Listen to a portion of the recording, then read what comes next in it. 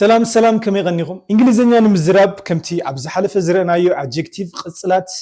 ጥራይ እኹላት ኣይኮኑን እዮም ንሓደ ቋንቋ ህይወት ዝህቡ እንቅስቃስ ተግባር ዝገልጹ ግሳት verbs እዮም ሎሚ ካብ ጀማሪ ናብ ላዕለዋይ ደረጃ ንክሰጋገሩ መዓልታዊ ኣብ ዝርርብና ኣዝዮም ዘገድሱ ሚእቲ ግሳት ሒዘልኩም መጽ ኣለኹ ነብሰ ወከፍ ቃል ብትግርኛ ብእንግሊዝ ተተርጉሙ ስለ ዘሎ ንምርዳእ ኣዝዩ ቀሊል እዩ እዚ ቪድዮ እዚ ንዝርብኩም መእተውን መወዳእታን ክህልዩ ዝገብር ስለ ዝኾነ እስካብ መወዳእታ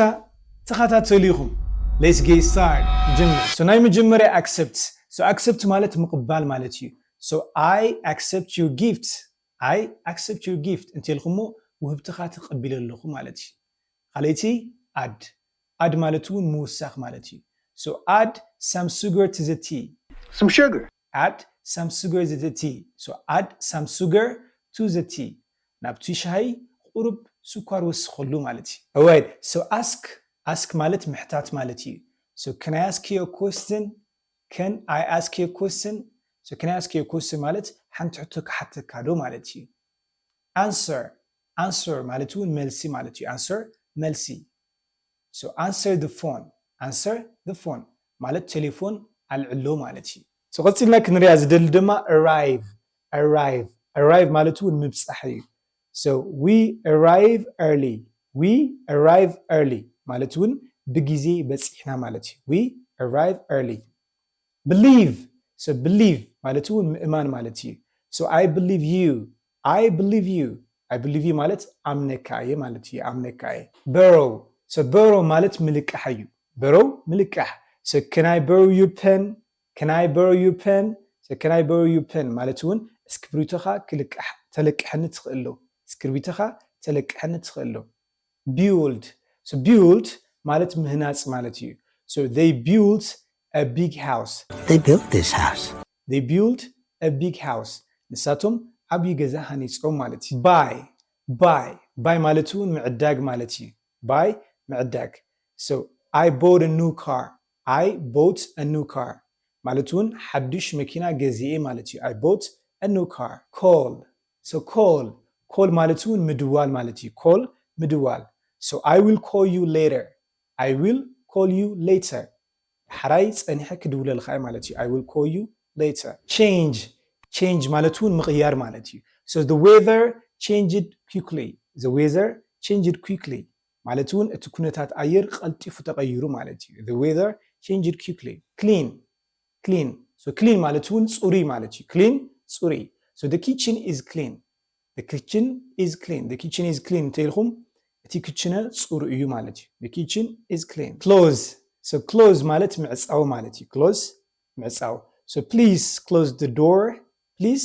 close the door ማለት እውን እቲ ማዕጾ ዕጸዩ ማለት እዩ please close the door calm ማለት ነዓ ማለት እዩ ወይ ምምጻእ calm ይባሃል please come here እንተልኩሞ ብጃኻ ናብዚ ነዓ ማለት እዩ please come here cut ማለት እውን ምቁራጽ ማለት እዩ cut so use a sharp knife to cut እንተልኩም ንምቁራጽ እቲ በሊሕ ካራ ተጠቀም ማለት እዩ ናይፍ ማለት ካራ ማለት እዩ ዳንስ ማለት እውን ምስዕሳዕ ማለት እዩ dance so they like to dance ንሳቶም ምስዕሳዕ ምጭዋት ይፈትዩ ማለት እዩ they like to dance decide ማለት እውን ምውሳን ማለት እዩ decide ምውሳን it is hard to decide ንምውሳን ከቢድ እዩ ማለት እዩ it is hard to decide drink ማለት ምስታይ so this coffee is hard to drink እንተልኩም እቲ ቡና ንምስታይ ውዑ እዩ ማለት እዩ drive so what does that mean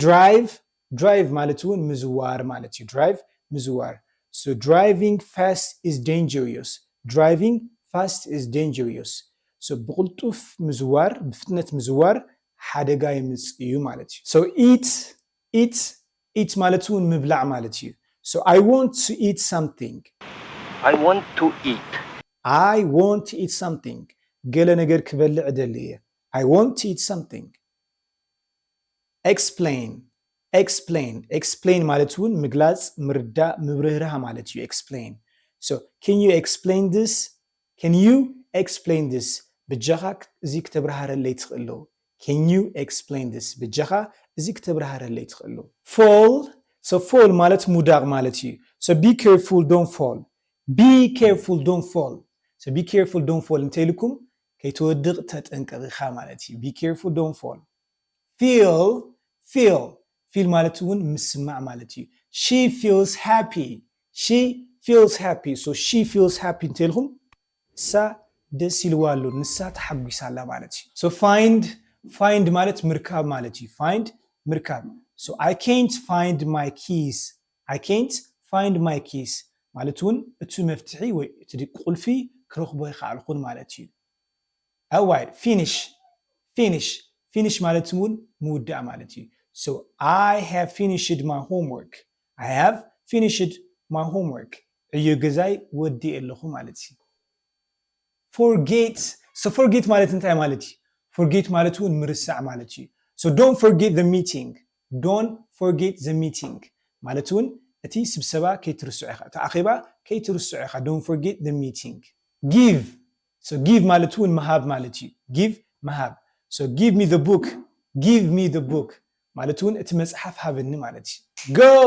go ማለት እንታይ ማለት እዩ so go ማለት ምኻድ ማለት እዩ so let's go home ማለት እውን ናብ ገዛና ንኽድ ማለት እዩ let's go home help ማለት እንታይ ማለት እዩ so help ማለት እውን ምሕጋዝ ማለት እዩ ምሕጋዝ so he helps the poor people so he helps the poor people እንተኢልኩም ንሱ ንዞም ዝተጸገሙ ይሕግዝ ማለት እዩ ንሱ ንዞም ዝተጸገሙ ይሕግዝ so here ማለት ምስማዕ ማለት እዩ here ምስማዕ so did you hear that noise እቲ ድምፂ ሰሚዕኻዮ ዶ ማለት እዩ እቲ ድምፂ ሰሚዕኻዮ ዶ hope ማለት እውን ተስፋ ማለት እዩ ተስፋ so I hope to see you again ማለት እውን ደጊምና ከም ንራኸብ ተስፋ ገብር ማለት እዩ I hope to see you again so jump ማለት እውን ምዝላል ማለት እዩ ምዝላል so the cat can jump high Can black guys jump high? The cat can jump high. ታድሙ ንላዕሊ ክትዘልል ትኽእል እያ ማለት እዩ no ማለት እውን ምፍላጥ ማለት እዩ no ምፍላጥ so I know him well so I know him well እንተኢልኩም ኣነ ኣጸቢቐ ዝፈልጦ ማለት እዩ I know him well ኣነ ኣጸቢቐ ዝፈልጦ alright so learn ማለት እንታይ ማለት እዩ learn ማለት ምምሃር ማለት እዩ so you have to learn English ንስኻ እንግሊሽ ክትመሃር ኣለካ ማለት እዩ so leave ማለት እውን ምግዳፍ ማለት እዩ leave ምግዳፍ so I have to leave you now ሕጂ ክገድፈኩም እየ ማለት እዩ ወይ ሕጂ ገዲፈኩም ክኸድ እየ ማለት እዩ so listen ማለት እውን ምስማዕ ማለት እዩ listen ምስማዕ so listen to the music ነቲ ሙዚቃ ስምዐዮ ማለት እዩ ኣዳምጾ ማለት እዩ alright so live ማለት እውን ምንባር ማለት እዩ live so they live in a big house ሳቶም ኣብቲ ዓብይ ገዛ እዮም ዝነብሩ ማለት እዩ they live in a big house so look ማለት እውን ምርኣይ ማለት እዩ look ምርኣይ so look at the beautiful sunset ማለት እውን ፀሓይ ዓራርቦ እዩ so look at the beautiful sunset ማለት እውን ነታ ጽብቕቲ ፀሓይ ዓራርቦ እስከርእያ ማለት እዩ love ማለት እውን ምፍታይ ማለት እዩ ምፍቃር ማለት እዩ love so I love traditional food ኣነ ባህላዊ ምግቢ ብጣዕሚ ዝፈቲ ማለት እዩ so make ማለት እውን ምስራሕ ማለት እዩ make ምስራሕ so she ናይ make past tense made እዩ ዝኸውን ዘሎ so she made a mistake ንሳ ጌጋ ፈጢራ ማለት እዩ ወይ ንሳ ስሕተት ፈጢራ meet so meet ማለት እውን ምርኻብ እዩ so nice to meet you ስለ ዝረኸብኩኻ ደስ ይልኒ እዩ ማለት እዩ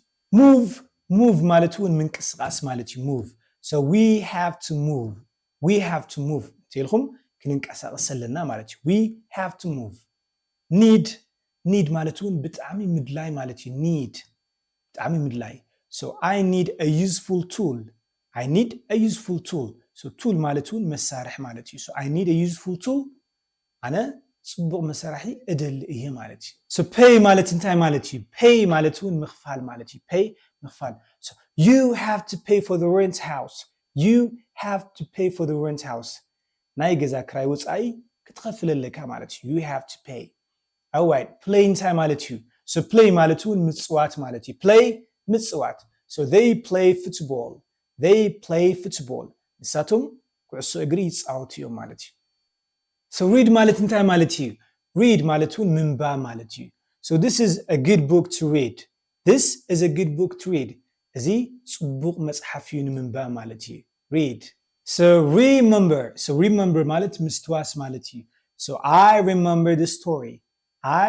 the story ኣነ ንትዛንታ የስታውሶ እየ ማለት እዩ I remember the story so run ማለት እውን ሙግያይ ማለት እዩ so he runs very fast ንሱ ብፍጥነት ይዝጎይ ማለት እዩ ሕራይ ተኸታተልትና ናይ ሎማዓንቲ ለሰና እዚአን ይመስላ part 1 እያ እዚኣ ኣብዚ ቅጽል ድማ part 2 ሒዘልኩም ክመጽእ እዚኣቶም verb ብጣዕሚ ወሰንቲ ስለ ዝኾኑ ላይክ ሼር ብምግባር ቀጻሊ ለሰን ክበጽሐኩም ጎሪኹም ሎማዓንቲ ዝነበረና ለሰን እዚ መስል ብጣዕሚ ይመስግን thank you very much